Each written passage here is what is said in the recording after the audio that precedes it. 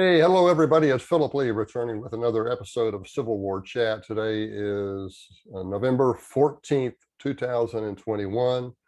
And to subscribe to future episodes, click on the subscribe button below here on the lower right, and also the notification bell in the upper right. That's the way YouTube does it. But so that's what you have to do if you want to subscribe and see the future episodes. So today's episode is calling evil good, and it is inspired by Andrew Klavan of the Daily Wire. In his 5th chapter, the prophet Isaiah warned, quote, "Woe to them that call evil good and good evil, that call darkness light and light evil, that call bitter sweet and sweet bitter." Yet that is precisely what America's cultural elite have been doing for years, and most especially since they vandalized, destroyed, and removed Confederate and other statues. The administration and trustee board of Washington and Lee University have grown ashamed of Robert E. Lee and are doing everything but removing his name from the school to minimize the general's influence on campus. It is likely only a matter of time before they will once again try to remove even his name. Similarly, Virginia Governor Ralph Northam and Richmond Mayor Levar Stoney destroyed Lee's 130-year-old statue on the city's Monument Avenue. America's elites justify the demonization of Lee by labeling the general as, quote, evil, despite his abundant courage and cool leadership. Simultaneously, Richmond paid homage to George Floyd with a laser hologram superimposed on the Lee statue, which had been vandalized and covered with graffiti. This was done even though Floyd was a convicted criminal who had served 5 years in prison starting in 2009 for aggravated robbery with a deadly weapon. On the day he died while in police custody with toxic levels of narcotics in his bloodstream in 2020, he was arrested for passing counterfeit $20 bills and resisting arrest. Similarly, Richmond, in just this past September, erected a so-called Emancipation Memorial honoring Black Virginians of the antebellum and Civil War eras. Among those glorified is Nat Turner, who led a drunken slave uprising in 1831 that massacred 55 whites.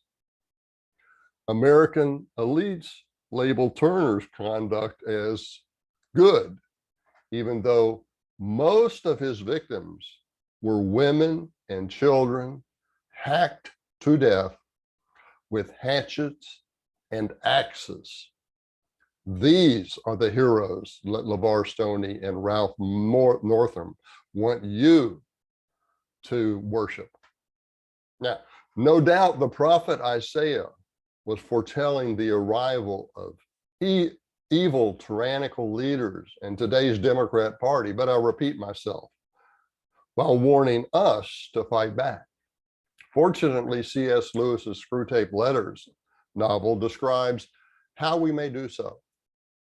In the book, Screwtape is a senior minion of the devil teaching a younger one how to corrupt mankind. Screwtape says, and I'm paraphrasing, "We have made men proud of most vices, but not of cowardice.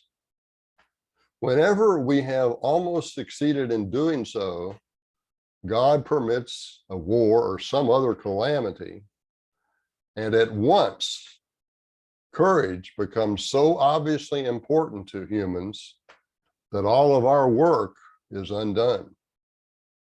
Thus, there is still at least one vice of which they feel genuine shame. The danger of inducing cowardice in humans is that they may produce, that we may produce in them a self-loathing that leads them to repentance and humility.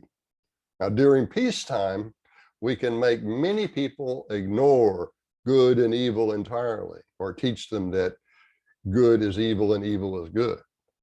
In dangerous times, however, humans may become courageous and turn against all the vices we have taught them to accept and worship.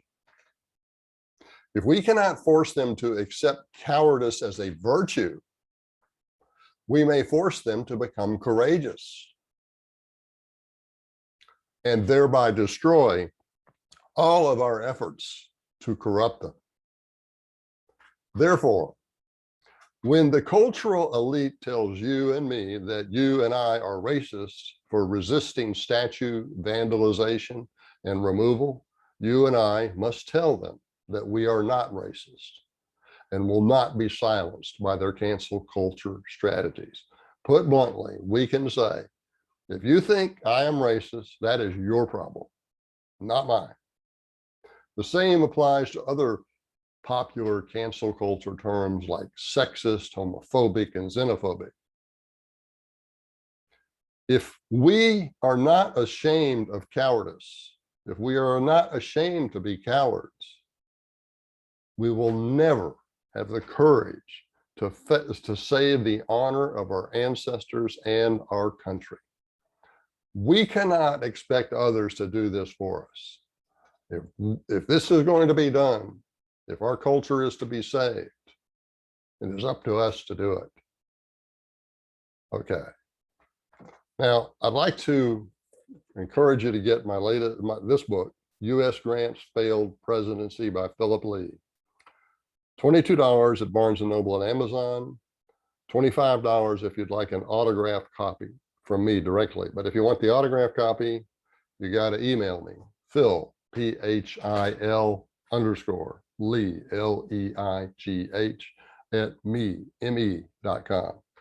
There are two reasons this is important. Number one, it tells a lot about how Reconstruction really happened. And it tells the story that you don't get from the academics. And the second reason is, if you look, it relates to the first. All of the biographies that we've seen of Grant, almost all of them the last, I'd say 20 years or more, are essentially hagiographies. There is no publisher that will publish any book that is truly critical of Grant. It just won't happen. So if you want to see the truth told outside the goldfish bowl that the academic historians operate in, to get the facts that are outside of their goldfish bowl and tell the true story of Grant, they're going to have to buy books that don't come from the academic presses or even many of the traditional publishers. This is a great place to start. Okay, that's my show for today, or our show for today, and I want to thank you for watching. I look forward to seeing you next time.